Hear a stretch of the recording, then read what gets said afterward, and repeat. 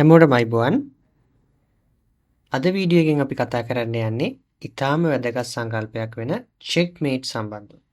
ඇතරම chess game එකක් තීරණය වෙන්නේ මේ චෙක්මේට් හරහා තමයි. හරි. අපි පාඩමට යමු. දැන් මම මේකේ පෙන්නලා තිනවා බ්ලැක් එකකින්ව මම වයිට් එකකින්ව පෙන්නලා නැහැ. ඇත්තරම එහෙම වයිට් එකකින් බෝඩ් එකකින් ඉවත් වෙන්න විදියක් නැහැ. ඒකත් මම ඔලුවට දාන්නත් එක තමයි එහෙම තියලා තියෙන්නේ. වයිට් එකකින් අනිවාර්යයෙන්ම බෝඩ් එකේ ඉන්න ඕන. වෙනත් ඉත්තෙක්ට කින්ව කපලා අයින් කරන්න බෑ. කින්ලා දෙන්න බෝඩ් එකේ ඉන්නවා. හරි. දැන් මම වයිට් කින්ව පෙන්වලා නැහැ. අපි ඉදිරි බෝඩ් වලත් ඒ විදිහටයි යන්නේ. එතකොට ඔයාලට හිතෙන්න ඕන හරි වයිට් කින් මෙතන ඉන්න ඕන. ඒක වැරද්දක් කියන එක තේරෙන්න ඕන. හරිනේ. අපි ඉස්සරහට යමු. දැන් බ්ලැක් කින්ව මේ වෙලාවේදී චෙක් එකක් වෙලා නැහැනේ. හරි. අපි හිතමු වයිට් එක තමයි මූ එක අදින්න තියෙන්නේ කියලා.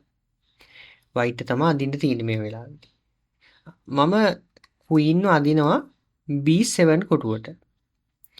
කුයින්ව B7 කොටුවට ඇද්දාම අපි ඉගෙනගත්තු දෙයක් වෙනවා නේද? චෙක් කියන එක වෙනවනේ. බ්ලැක් එකකින්ව චෙක් වෙනවා. හරි. දැන් බ්ලැක් එකකින් බලනවා ප්‍රධාන වශයෙන් කරුණු තුනක් එයා බලයි. එයා බලයි දැන් චෙක් කරපු පිටව කපන්න පුළුවන්ද කියලා බලයිනේ. බලන්න මේ අවස්ථාවේදී බ්ලැක් එකකින්ට පුළුවන්ද චෙක් කරපු පිටව කපන්න කියලා. මේ අවස්ථාවේදී කින් බ්ලැක් මේ වයිට් කුයින්ව කැපුවොත් බිෂොප් ගෙන් නැවත චෙක් වෙනවා. එහෙනම් ඒක කරන්න බෑ. එහෙම කරොත් අපි චෙස් ක්‍රීඩාවේදී කියන එක ඉලීගල් මූව් එකක්. වැරදි ඇදීමක් කියලා කියන. හරි. චෙස් තරගයක් අතරතුර වැරදි ඇදීම් දෙකක් කරොත් තරගේ පරාද විදිහට තමයි සලකන්නේ. දැන් බලමු කුයින්ගෙන් චෙක් වෙලා තියෙද්දි බ්ලැක් එකකින්ට කොහෙටවත් යන්න පුළුවන්ද කියලා. දැන් මේ බලන්න A7 කොටුවට යන්න විදියක් නැහැ. කුයින්ගෙන් නැවත චෙක් වෙනවා. B8 කොටුවට යන්න විදියකුත් නැහැ. කුයින්ව ඉන්න නිසා. හරි. එහෙනම් කපන්නත් බැරුව ගියා වෙන තැනකට යන්නත් බෑ. දැන් මෙතන කුයින්ගෙන් චෙක් වෙලා තියෙන නිසා එම ළඟටම ඇවිල්ලානේ චෙක් කරලා තියෙන්නේ. ළඟටම ඇවිල්ලා චෙක් කරලා තියෙන නිසා ඒ ගමන් මාර්ගයේ වහලා බේරෙන්නත් බෑ. හරි. අපි කියනවා සාමාන්‍යයෙන් මුලින්ම චෙස් ඉගෙන ගන්න කෙනෙක්ට කැප්චර් කරන්න පුළුවන්ද? අපිට චෙක් එකක් ආවට පස්සේ කැප්චර් කරන්න පුළුවන්ද?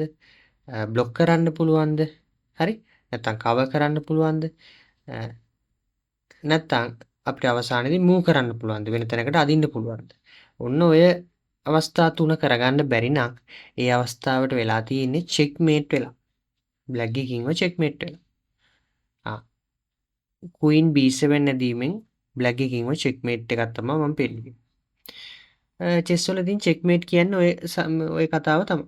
ඕක හොඳට ඉගෙනගෙන ඊට පස්සේ මේක පුහුණුව තුලින් ඊට පස්සේ අපි පසස් කරලා තමයි චෙස් වල ක්‍රමයෙන් දියුණු වෙලා යන්නේ.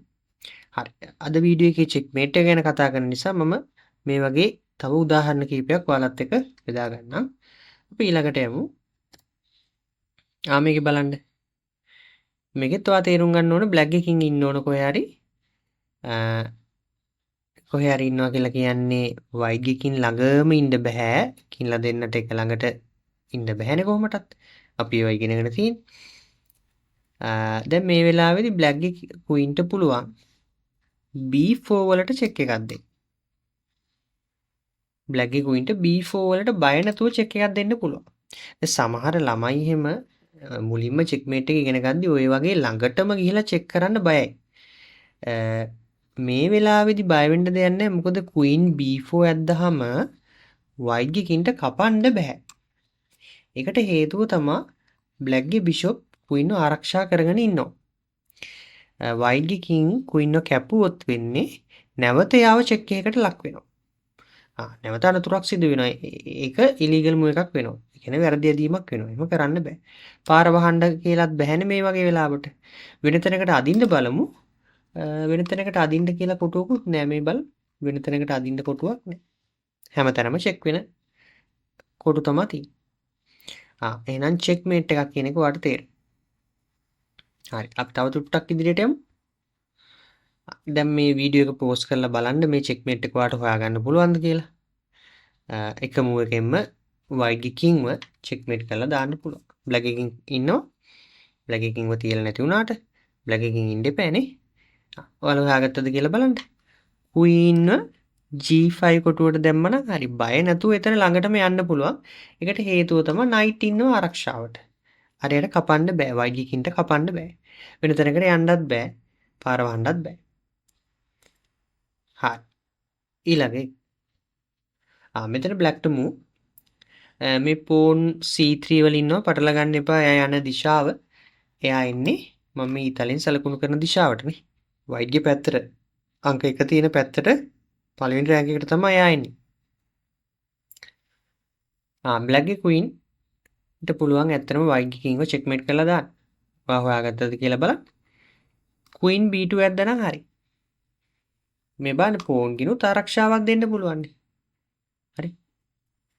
pawn ගෙන් ආරක්ෂාව තියෙනවා queen ට. king ට queen කපන්න බෑ. කැපුවොත් pawn ගෙන් check වෙනවා. වෙන තැනකට යන්නත් බෑ. එහෙනම් මේ තියෙන්නේ checkmate වෙලා. තේරෙනව නේද checkmate එකක් වෙන හැටි දැන්? මේක හොඳට පුහුණු වෙන්න ඕන. ඉදිරියට මම කතා කරන්නම් මේවා පුහුණු වෙන්නේ කොහොමද? තව ඉදිරියට මේවා වැඩි දියුණු කරගන්නේ කොහොමද කියලා අපි ඉදිරි වීඩියෝස් වල ක්‍රමානුකූලව කතා කරමු. මේක බලන්න. මේකෙදි මොකද වෙන්නේ කියලා. මේක චුට්ටක් වෙනස් නේද? දැන් කොහොමද මේකෙදි black ගේ king ව checkmate කරලා දාන්නේ? ඔයා තේරුම් ගත්තොත් pawn promotion එක ගැන අපි වීඩියෝස් කරලා තිනවා කලින්. මේ බලන්න A7 වල ඉන්න pawn B8 වල ඉන්න bishop කපලා ඒ විතරක් නෙමෙයි 8 වෙනි රෑන්ක් එකට තමයි එයා යන්න එන්නේ. එහෙනම් 8 වෙනි රෑන්ක් එකට යද්දී වදන විශේෂයි pawn කෙනෙක් එයාට ගන්න පුළුවන් ඉත්තු queen rook bishop knight. මේ හතර දෙනාගේ කෙනෙක් ගන්න පුළුවන්. මෙතනදී නම් queen ව ගත්තනම් black king ව checkmate වෙලා යනවා. queen එකයි ගන්න තියෙන්නේ. ඒකට හේතුව තමයි knight ගෙන් ආරක්ෂාවක් තියෙනවා. ඒ නිසා queen එක කපන්න බෑ.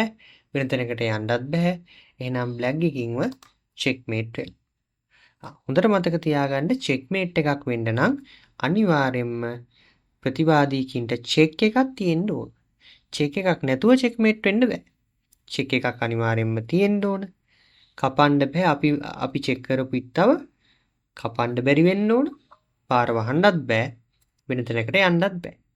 ඔන්න ඔය කරුණු තුන සම්පූර්ණ වුණාම තමයි checkmate එකක් වෙන්නේ. දැන් checkmate එක සම්බන්ධව ඔයාලට ඒ දැනුම තියෙනවා. අපි ඉදිරි වීඩියෝස් වලින් තමන්ගේ chess game එක තව දුරටත් වර්ධනය කරගන්න හැටි බලමු. දැන් හැමෝටම අයබෝවන්.